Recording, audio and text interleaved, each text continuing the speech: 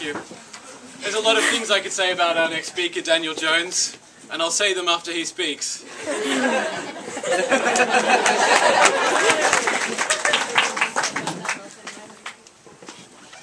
Hello. This is the best day of my life.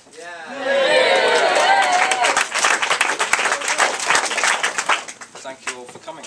I have a lot of people to thank because you're all sat here, but we'll start with Jerry. What an excellent speech, what an excellent father-in-law, and you've really made me feel very welcome in your house and in your family, and thank you for your daughter, because she's great. Fantastic. I have to thank the bridesmaids who have done an excellent job, who looked very beautiful. Thank you for shoving your hand up Hannah's dress when I wasn't able to.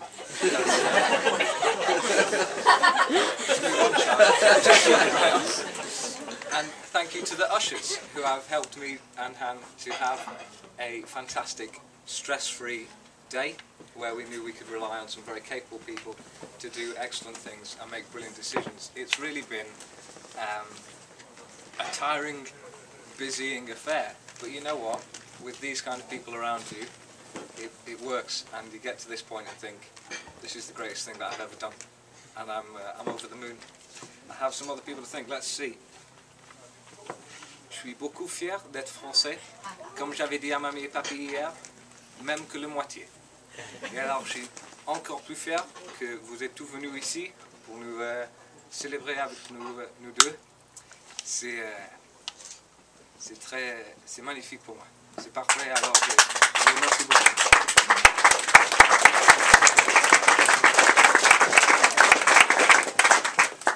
I have to thank all the musicians and Dan for taking some brilliant photographs, I trust.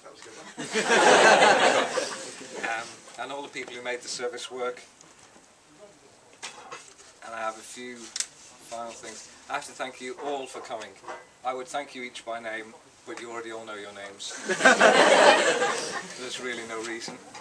I have to thank Will, and to say just before he speaks, although very instrumental in our relationship, Hannah and mine, and our getting together, he's not solely responsible,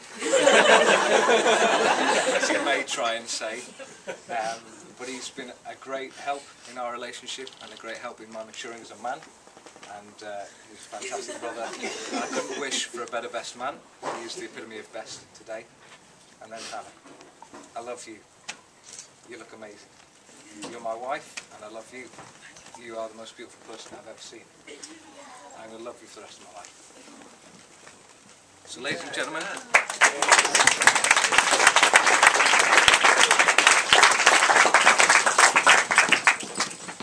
please raise your glasses to us.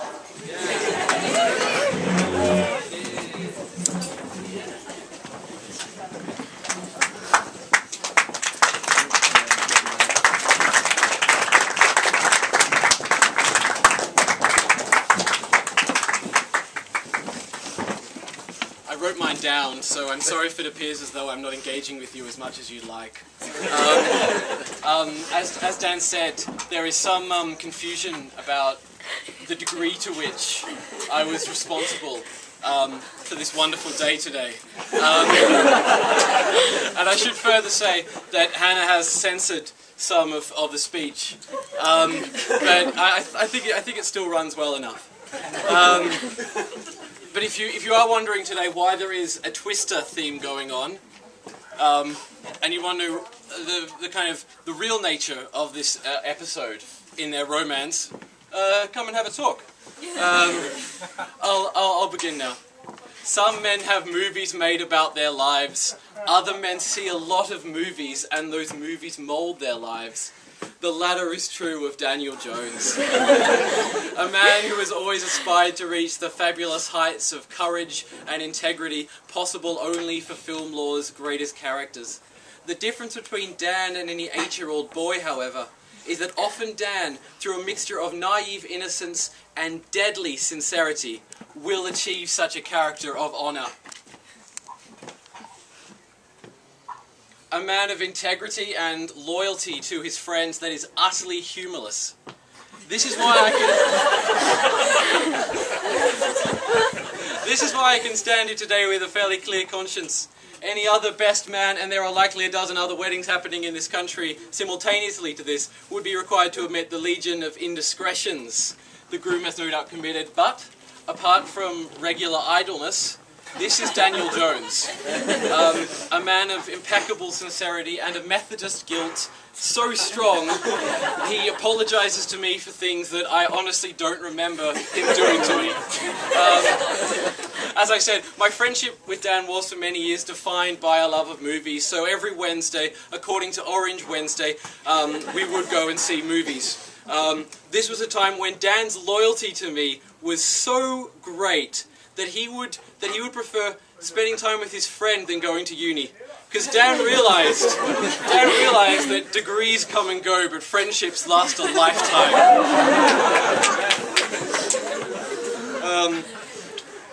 And of all the films that cemented our bond, none was more profound than an extremely violent chase movie set in South America and centred around human sacrifice. The name of this film is Apocalypto. You might not know it, but Dan does. It tells the tale of a young Mayan tribesman named Jaguarpaw, who is forced from his jungle paradise by greedy hunters, intent on offering him to a bloodthirsty deity. However, fate intervenes, and he escapes their clutches and begins a 3-day marathon through the dense jungle, evading jaguars, quicksand, and perhaps the greatest foe of all, Spanish conquistadors.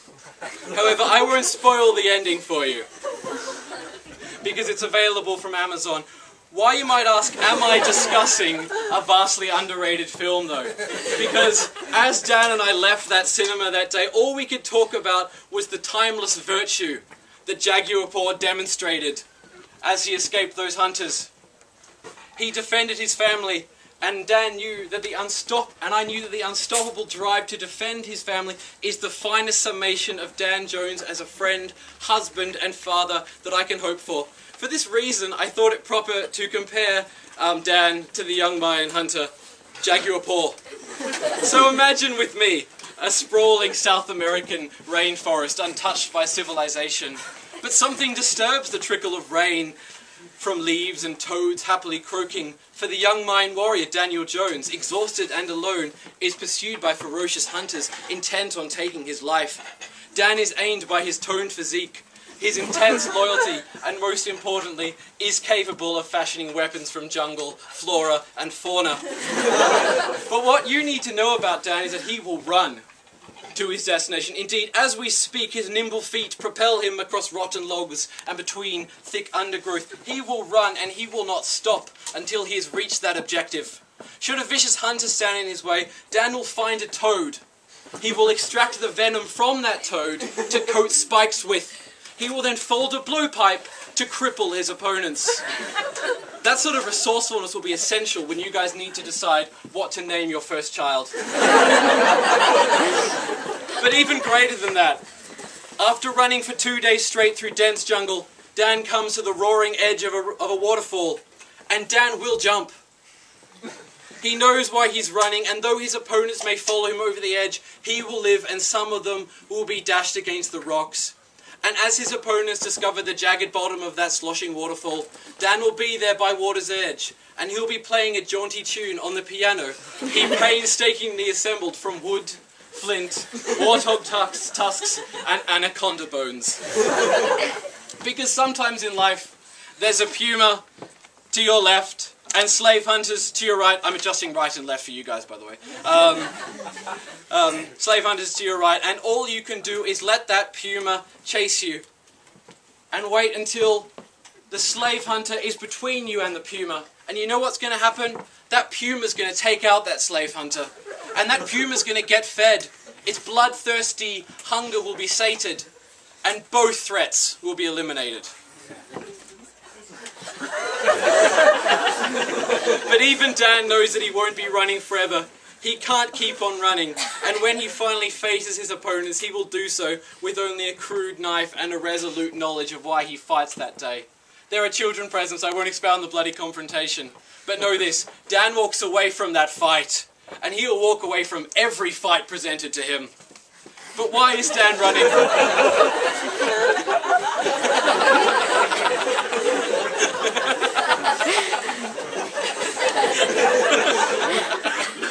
But why is Dan running? Why is he fighting? Why has Dan run 3 marathons and waged a one-man guerrilla war against slave hunters? This laboured allegory would surely fall down if Dan ran for no other reason than saving his life. Hannah doesn't need a runner. Hannah needs a loyal protector. Hannah doesn't need a husband outrunning bloodthirsty hunters for no other reason than the challenge, though a challenge that Dan is surely capable of meeting. Dan runs to save his love. Dan runs to save Hannah because you, Hannah, are trapped in a pit.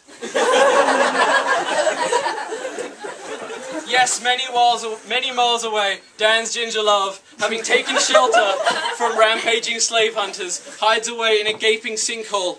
Granted a metaphorical sinkhole, but a sinkhole that is quickly filling with monsoon rainwater.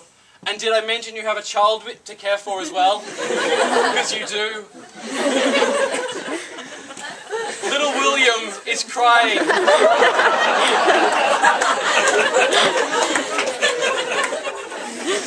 Little William is crying out for his beloved papa to return. And as the waters rise around you and your child cries for safety, know this, Dan is coming. He is tenacious to see you safe. That is the sort of loyalty and determination I expect in this coming marriage from Dan. A man who is deadly serious about his friends and now his wife, and would take an arrow to the gut lest any of us be in danger.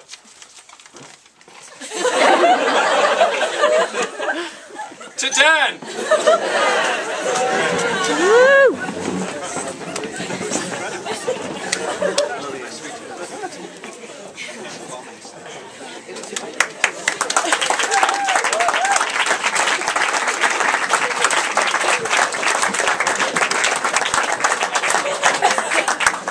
It's time for cake!